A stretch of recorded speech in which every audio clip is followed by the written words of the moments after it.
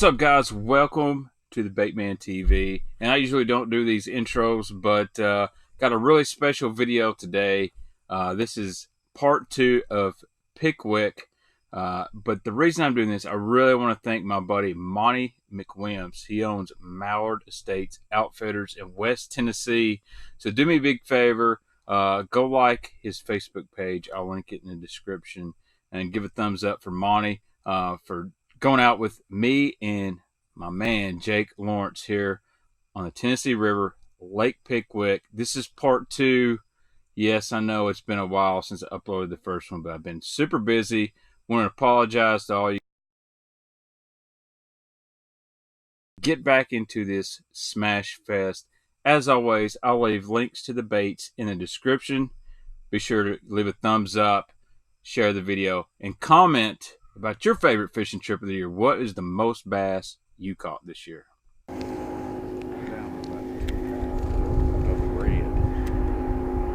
I throw plum, tequila sunrise. They used to make a color called grasshopper. It's like a green pumpkin chartreuse with some blue fleck in it.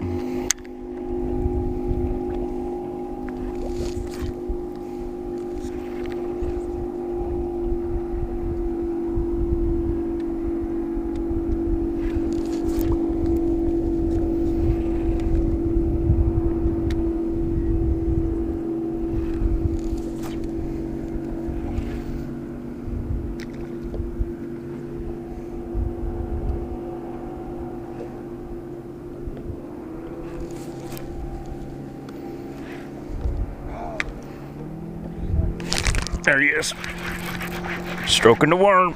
Good one.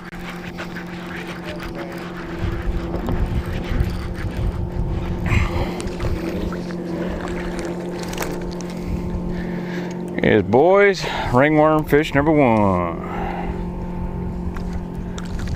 Oop. We're at 22. That, my friends, is my favorite worm. A Lucky Strike ringer. That fish knocked a foot of slack in it when he hit it. Yeah. Ripping that worm, aren't you? Just stroking it up off the bottom, let it fall back down.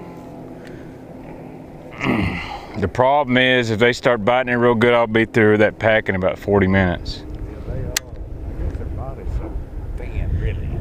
Yeah, it's good and it's bad. It's good because that hook gets through there real easy. It's bad because it tears that worm up.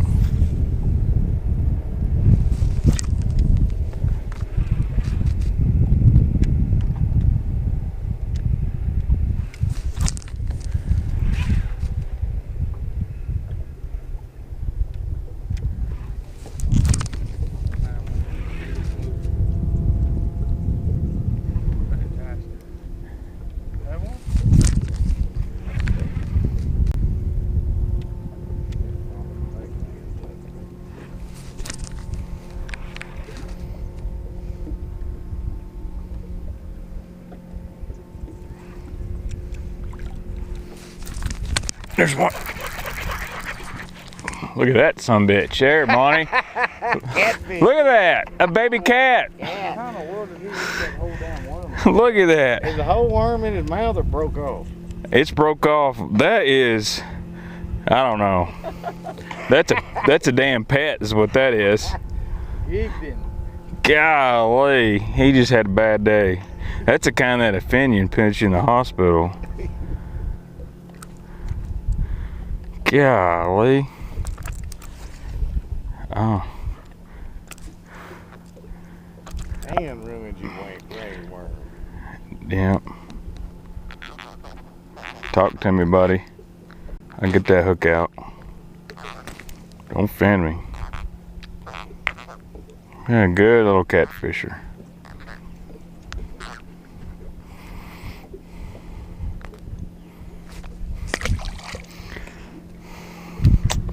Now, you know, if it was an 8-pounder and bit my worm off right there, I won't be too complaining, but that's just damn discouraging. That's the thing, going soft on me up there.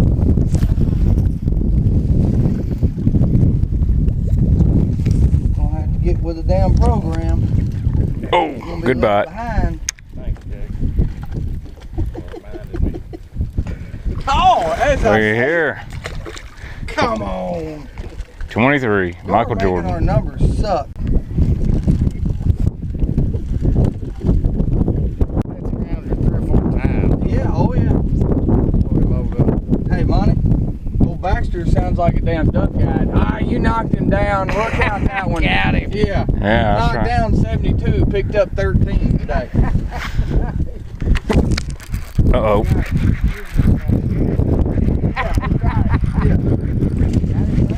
He ain't big. Nah, these are horrible. Damn tater head. Babies. Not a Jaint. See, I'm just getting y'all warmed up. Y'all gotta quit losing all these damn fish before I take you to the right ones. 24. Nice dog. Yeah. If I don't get up bit on the worm cast, I'll toss the football jig out and stroke it a little bit. Yeah, Craig Hipster showed me that worm stroking about 7-8 years ago. What size head are you using on it? I got 3/8. 3/8, yeah. That's usually about. There he is, Monty. Looks like a little better one. That'd be a little better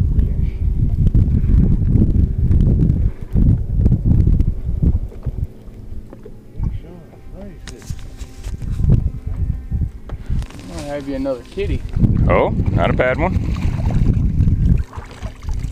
There's 24, Ken Griffey Jr. Or is it 25? 25. 25. We're a quarter of the way there from the century mark. That should tell you how good Table Rock Lake is when those guys can catch 100 in an 8-hour tournament. And they have to put them on that scale to weigh them and then toss them back. They don't just get thrown back like. Now these clowns online that say, oh, I can catch 100 dinks in that. Yeah, go for it, buddy.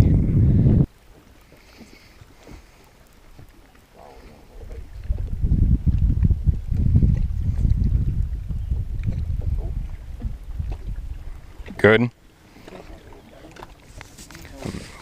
Well, camera's over here, Jake, so. Oh, a Jaint. We got a Jaint.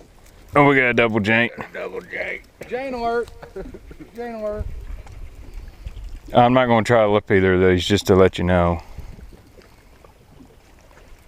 Pickwick at its finest. I better get mine in the water. Let me get that one for you, Mr. Monty.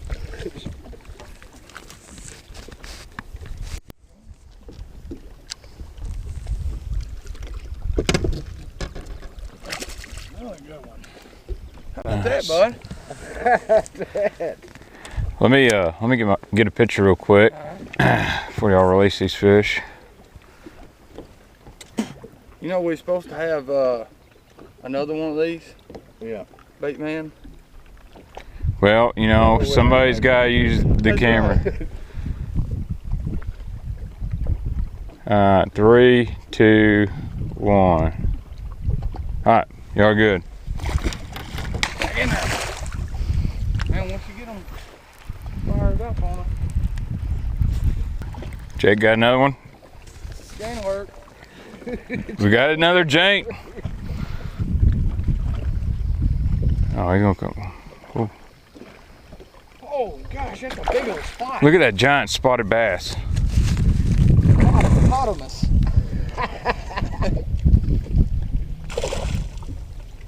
I'm gonna try to come up there and God, look at that spot. Yeah, Nice. that's the biggest spot I've caught in a long time. Check that out. Golly. Dude, that's gotta be 3-pounder, isn't it? Yeah. Yeah. Beautiful looking fish. Awesome. Here, get a picture with this one. All right. Picture of that.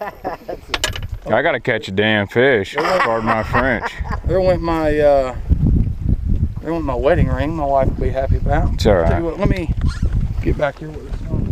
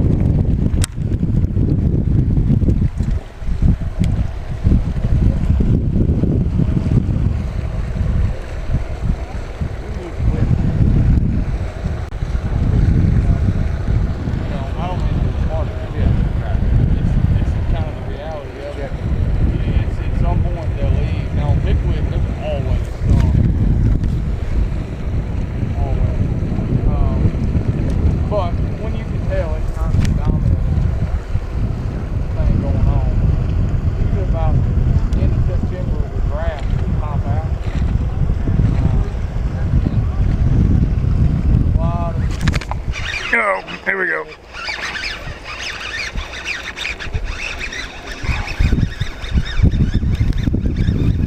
He ain't big though.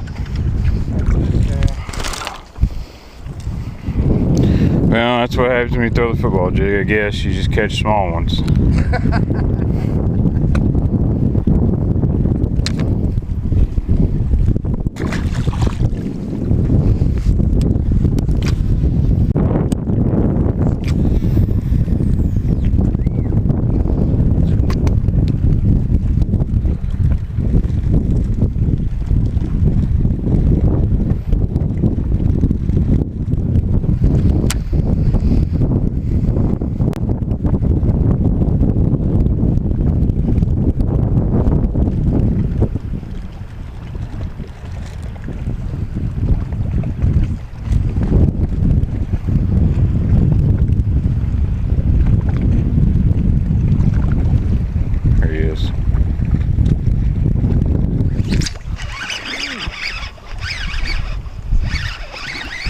Got a lot of head shake. It's either a small mouth or a knothead largemouth.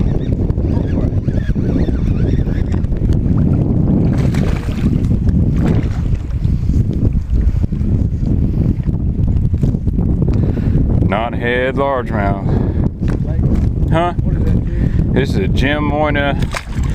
He calls it the rock jig. And for the most part, when they eat it, Put the chartreuse on the back or the top? I don't get that complicated. Yeah. There he is, Monty. Got him fired back up.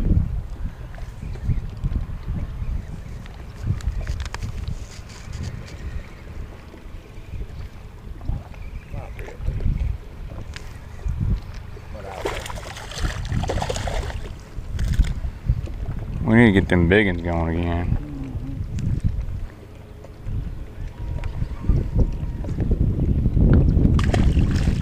There he is. Oh, it's 3 in a row. We got him. Dink.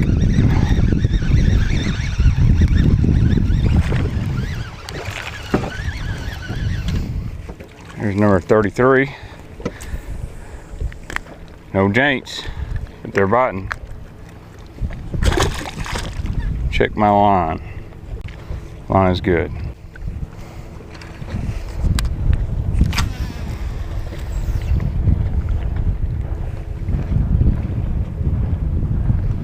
You notice how Monty would go several minutes? And you don't get a bite? Yeah. And then as soon as you can get one to fire, you're right back going again.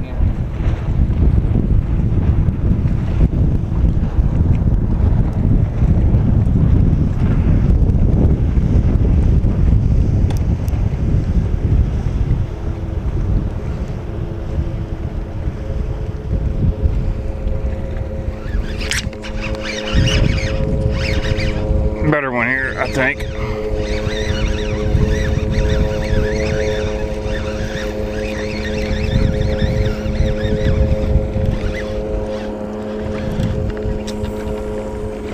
Ain't that much better.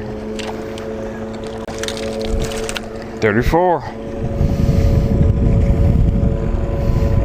Dude, they are eating that jig.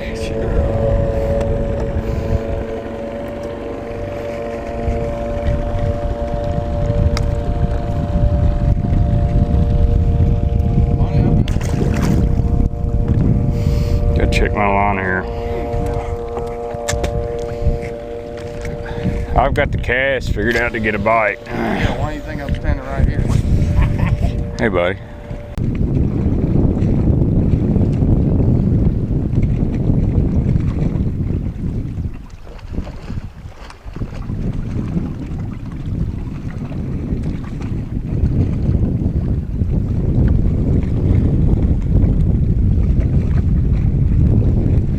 Oh, I had one.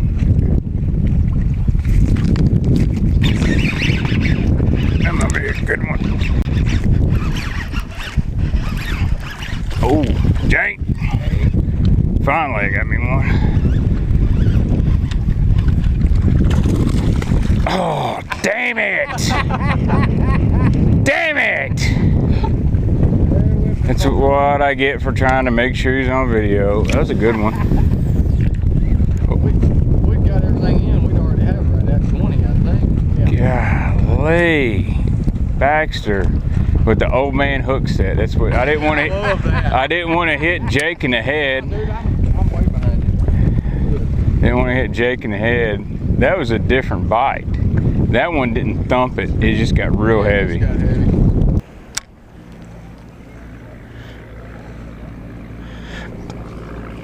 Game another one. Show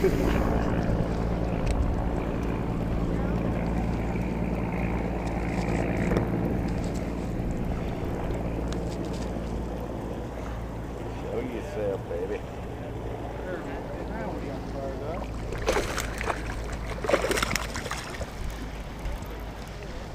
Jake's got one too. See if I can. Bubbles was that made for today?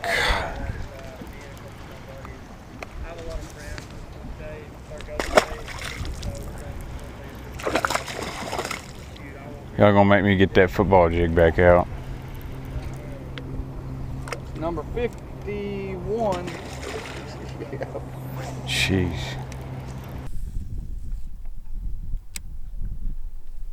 Jake, tell us a little bit how you're fishing that football jig. It's a little unorthodox. It is. This late in the summer, you know, I've always said, I tell all my clients this, you can either go one direction or the other. You can choose to fish a bait that they see every day, all day, and fish it a totally different way, or you can do a lot what the bait man does and find a totally new bait that they've never seen before. But this is just a standard 3/4 ounce football jig, and they've seen a ton of these jigs stroked, hop, dragging it. They've seen all that. So what I'm doing is just swimming it up 5 or 6 feet off the bottom and letting it fall back. Very, very similar to what you do with a hair jig. Man, they cannot stand it. I know I've got a few friends of mine, they're going to be upset I'm talking about that publicly, but it is an unbelievable way to get these schools fired up, and you can get it back in there quick. You can see that didn't take me very long at all. One thing that's important when looking at these electronics is to not only see that there's bass there and make sure that they're active, but also understanding how they're positioned on the bottom. These fish, when we scanned over them, there were a handful that were on the bottom, but most of them were in that 2 to 5 foot range off the bottom. Still very, very catchable. It's just not something I'm going to drag a Carolina rig through, or a big worm, or something that's on the bottom. In fact, we catching them every cast. Baitman picked up a crankbait, made 10 or 15 casts in there, and caught one little bitty one. And that's just a testament. These fish are up off the bottom, so you've got to get a bait up to them. And so it's all important to pay attention to the little details, and it'll always help you catch an extra fish or two, especially when they're somewhat fickle like they've been this late in the summer. It's just all part of it. That's just what happens after we've beat on them for several weeks. So when you approach a school like this, Jake, this time of year, to get them fired up, do you start with a moving bait like a jerky J, or? I like to start with the most aggressive, biggest bait that I have, but I also pay close attention to what happens to the school when I do that. So, in other words, if I throw a Ben Parker Magnum spoon, or a big 10XD, something really loud and gaudy, and I don't catch anything after that, I know I've spooked the school. A lot of times you can idle back over it and they're all gone, and you can tell that is not the right way to go. Initially I want to catch them on the biggest bait possible, the loudest, the fastest, and then work my way down. So I'll start with a Magnum spoon and a 10XD, and then I'll work down to my jerky J and my football jig, my worm, and then I'm getting into my drop shot, my little spoons, things like that. It's funny, you'll catch several in a row, and then for no apparent reason they will completely shut off. You cannot get another bite. You simply pick another rod up, as soon as it hits the bottom, you'll get another one. And a lot of times you can get that school reignited. But I have seen it later, especially later in the summer, where you actually have to start in the opposite direction. You've got to start with a drop shot to get the school ignited, catch you a couple of those little 12, 14 inchers, and then pick up a big Magnum spoon or the Jerky J or something of that nature that you can get a little better quality bite on. So I kind of assess the situation each day and dictate, what I'm going to throw depending on what their mood is and what they're doing.